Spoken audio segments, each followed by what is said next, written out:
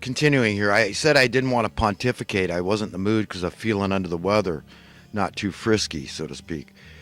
But I just thank God I am feeling a hell of a lot better than I did a couple of nights ago. Okay, I was utterly miserable. I really felt like, you know what, this could be the end because I'm not going in for surgery. If my appendix did explode, then it explodes and I'm dead. So, that's it. I'm ready for that. I've been ready for death for a long time. Since I was a child, I thought I was going to die with my dad out in the English Channel at 9 years old. Got us into a big ass storm out there that I thought was going to swamp our boat. And it is scary when you're on a monohull boat. Okay, a monohull means one. It's the traditional classic sailboat everybody thinks of. But what people don't ever think about is there's an enormous keel underneath it, a ballast underneath the sailboat to keep it upright. This is why they don't tip over, right? Because it's got this counterweight. But that'll drag you down to the bottom of the sea. So, your chances of surviving, even with a life preserver out there, in that, it's just the panic, everything can set in. You're pretty sure you're going to die, a good chance you're going to die because stuck out in the ocean, getting run over by an ocean liner. I mean, it's pretty tough, but, I thought I was dead a long time ago. So, not that I play with death. I value life more now than ever before. I used to be a thrill seeker. I used to ride my motorcycle 100 miles an hour on the freeway, and I've done some crazy ass crap in my life. With the skateboarding, very dangerous stuff, downhill, very fast, high speed skateboarding, and surfing waves. I wasn't qualified to surf, too large to surf, many, many times. And that wasn't the only time on a sailboat with my dad. I thought I was dead, but you know what? If I die, I die. I'm not. I just not a surgery kind of guy. So, and people die, and there's 12 million. I understand 12 million misdiagnoses every year. So you go in there thinking you got the flu, and it turns out it's appendicitis, and something happens, and they don't catch it. So I mean, people die all the time from misdiagnoses. And even if I knew from what the doctor tells me, I mean, before I knew I had peripheral artery disease, I was trying to get Social Security disability several years ago. They keep denying it. They don't believe me. They don't think that, I'm having such an issue with the pain in my legs because I got this peripheral artery disease, peripheral vascular disease. And I did my own research. I mean, I took health science in college. I'm not an idiot. My parents own health food stores. I read many books on nutrition and health. I know enough. Anybody can learn about the body. It's not that difficult. And the poisonous foods we're put in our bodies, and the poisonous drink, and the poisonous air, all this stuff causes issues with our organs, with our bodies. And there's genetics involved. There's all sorts of issues.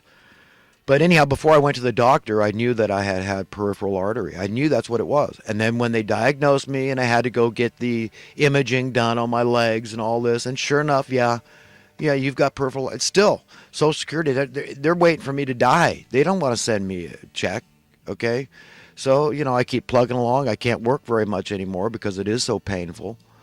But I'm not going on painkillers. I mean, this is what the doctor's answer is. I mean, do this or we'll do blood tests. And it's like, dude, you already told me what I have. I mean, I know. So, for me to go in there with this abdominal pain, and I mean, it was everywhere for a while. Good God, I feel so much better. It's a miracle because I almost felt like it was not going to go away until I was dead. I really thought maybe they chemtrailed us with something deadly and eventually we'd all be dying around. People would be dropping like flies all around me maybe. I didn't know what the hell had happened. Maybe it was just poor food combining. I don't know what the hell happened. Flu, but I have felt kind of lightheaded and lethargic. And so, it's possible that that's what's going on here, but I can definitely tell. I mean, it's settled right in the area where the appendix is. So, but anyhow, we should all be ready to go at any time. And that's not being negative. It's being scientific. It's exhilarating. So if you're going to go, you need to be ready to go. You need to have your heart pure. And it's not a difficult thing to have a pure heart. It doesn't mean you're not still going to be a sinner. I'm not excusing sin. Sin is a serious business that we have to take up with our Creator. There's not a therapist, there's not a psychiatrist, there's not a pastor in the world that can substitute that relationship we have with God. Nobody can know us and understand us and love us, care about us, the way that our owner does. Our owner is the Creator God Almighty. So we need God above all else, okay? And, that's really the best thing I could ever teach anybody is just, contemplate, ruminate over your need for God, your personal individual. Don't wait for anybody else to tell you stuff. Okay, you know that you need God. I need God. And without God, I'm nothing. God's the one that gave me existence and life. I mean, what else did? I mean, I'm a thought from the mind of God. Okay, that's it. That's what we all are. We're expressions. He's expressing himself. He's doing it because he wants to. What better reason? Have you ever done anything really fun in life, really gratifying and satisfying, and it really felt good? And you know what? That's an experience I'm going to remember the rest of my life, and it's seared in my memory and in a very good way. Well, that's how it is with God. He creates, and he saw that it was good, like it talks about in the beginning in Genesis, about why he created, how he created. He saw that it was good. He enjoyed it. It was fun. So for the simplest of reasons, God did it all. And that's it. And we're expressions. We can be a part of this eternal cosmic tapestry forever. That's what he wants. He wants us to understand, look, even if you die, you can't be separated from my love because I still own you. And in my mind, you're still alive because your essence is not your body. You are not a body. You are heart and soul and spirit and mind, all these invisible qualities that you think are not real, but they're every bit as real. And even science can show us that plenty of invisible things are very, very, very powerful. Okay, look at gravity. Look at electricity. Look at magnetism. Look at the air we breathe. Without the air we breathe, totally invisible, we'd all be dead in 5 minutes. So God made it very clear. God's the master scientist, so we can trust him. So our faith should be based on science, really. And even if it's little, even he said, well, yeah, but, and we all equivocate. We all have little faith. God knows that. He said, but Jesus said, look, you don't need a lot. The faith of a mustard seed, you can move these mountains, figuratively speaking. He said that. Okay. And for me, when I prayed about this the other night, and it didn't go away. It wasn't like I prayed in the name of Jesus, this pain, he would take it away from me, and praying to the Father, because Jesus said you can go straight to the Father and pray. It's not like it left me immediately. Okay. And it's still there. But it's not nearly as acute. And that, to me, is great grounds to believe and to be very grateful. I mean, I didn't die. If it is, mild appendicitis, whatever, I don't know what's severe. If what I had was mild, I don't want to know severe. So I am going to watch my P's and Q's with my diet more closely. That's all I can do, because if they're chemtrailing us, spraying biological weapons on us, what the hell can I do? Am I supposed to walk around with a gas mask because I fear death so much? I'm not doing it. And I don't think the vast majority of people are going to do it. But this is what's going on. The mainstream media won't touch it. So, it's tough being human. I have a lot of compassion, a lot of mercy, a lot of empathy for everybody that's human. That's anybody listening to me. Because it's tough. It is tough being human. It really is. And thank God that God knows it. And I know it more and more and more. The older I get, okay, the kinder and gentler and more compassionate and merciful and empathetic I get toward other human beings. Because I believe that's emulating God properly. I believe he's a good, loving, he just wants us to be free. He wants the captives free. We've got to understand we're not free. We've got to understand those things that bind us, the things of this world, the satanic money masters of misery, okay, of manipulating the species, the human species. That's who's in control.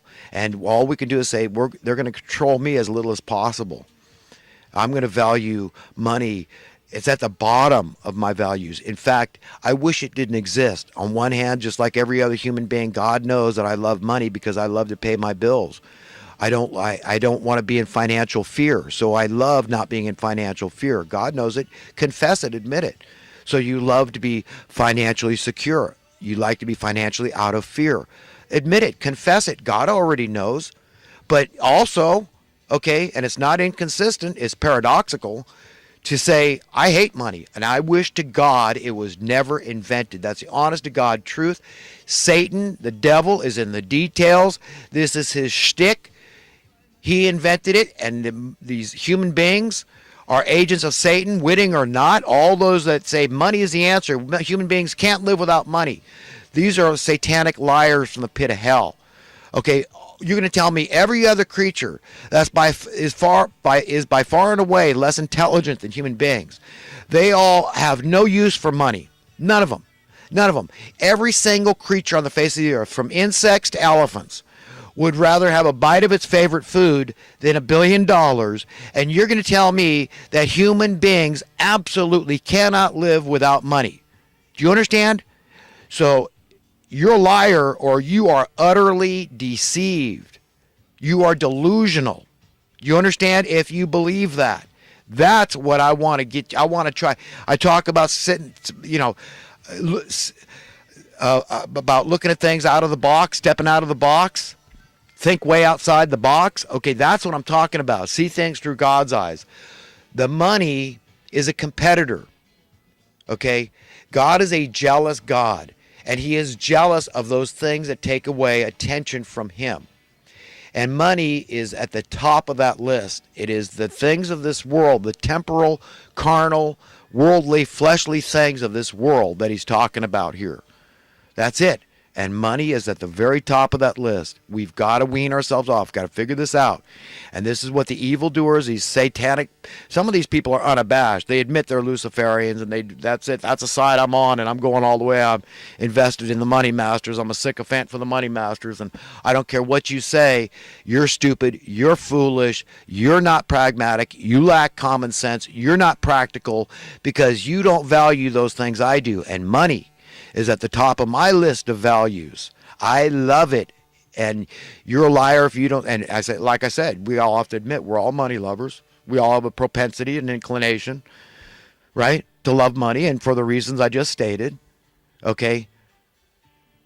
But these people would tell you that if you hate money also, and you want to see a world entirely without money, where everybody's free, where there's not an advantage-disadvantage paradigm, which is calculated by those that have access to the money, and however they got that access, okay, by conforming to the ways of this world, then you're an idiot. You're an idiot.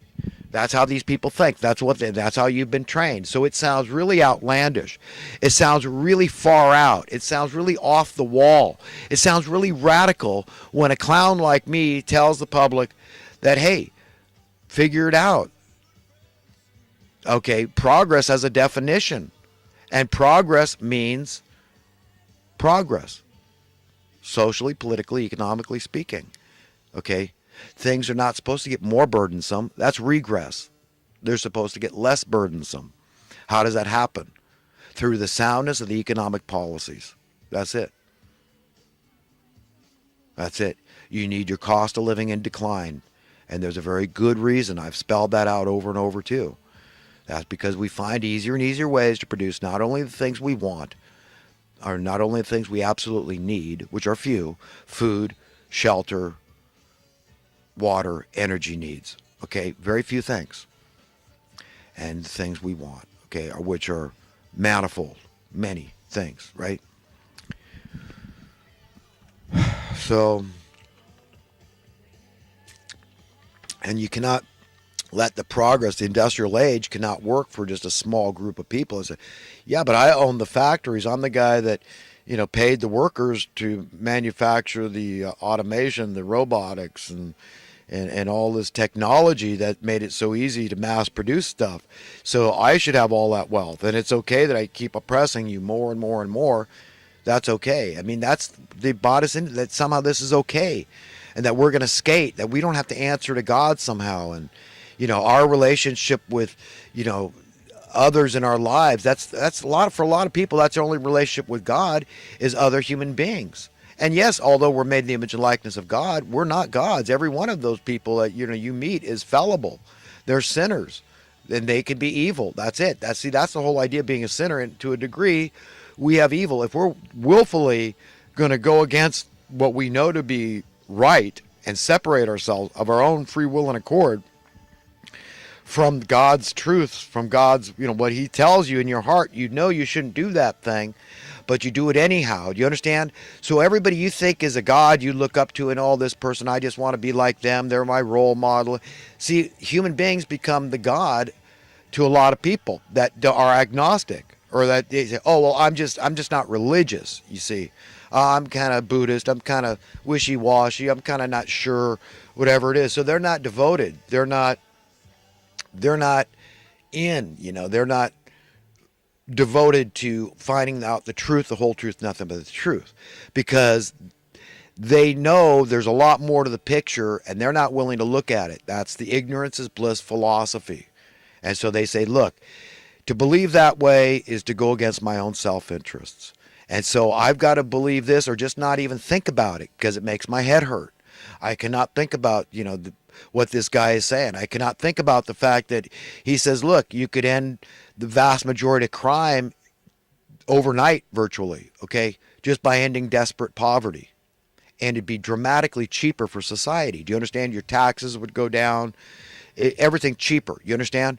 So if there was no homelessness, okay, you could get rid of Section 8 housing. $50 billion a year goes into this.